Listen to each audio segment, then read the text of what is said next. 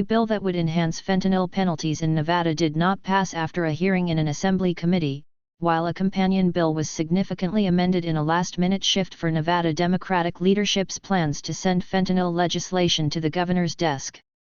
The amended legislation starts low-level trafficking charges at 28 grams of possession for fentanyl, which was formerly proposed at 4 grams.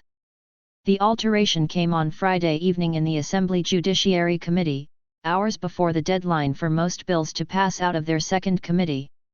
For months, harm reduction experts and some Democrats have warned the legislation starting at 4 grams would repeat war on drug policies that criminalized low-level users. Those concerns animated bill hearings and backdoor discussion, which were pushed by Democratic leadership but questioned by many rank-and-file Assembly members. Fentanyl trafficking charges in Nevada currently start at 100 grams of possession, a result of a sweeping 2019 criminal justice reform law that Republican Gov. Joe Lombardo promised to walk back among his campaign pledges. Lombardo wants to make fentanyl possession in any amount a Category B felony, which is on par with trafficking penalties.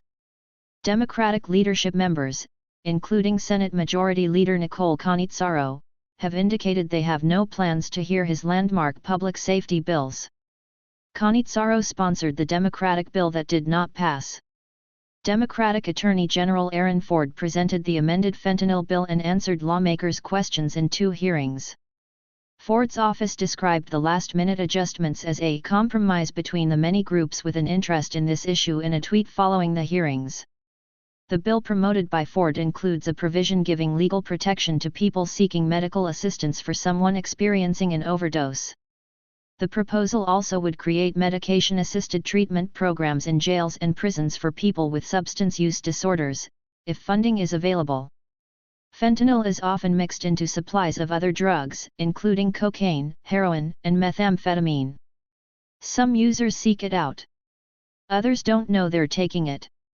Ingesting 2 milligrams of fentanyl can be fatal, while 1 gram, about the weight of a paper clip, could contain 500 lethal doses.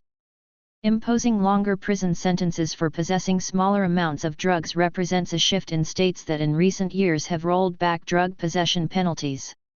State legislatures including Oregon, West Virginia, South Carolina, and Alabama have debated or passed harsher penalties for lower amounts of fentanyl. The bill also directs a committee to study the cost of upgrading the state's crime labs to test the amount of fentanyl in a drug mixture. Harm reduction advocates and some lawmakers have voiced concerns about the state's labs, which test only for the presence of fentanyl, not the exact proportion in a drug mixture.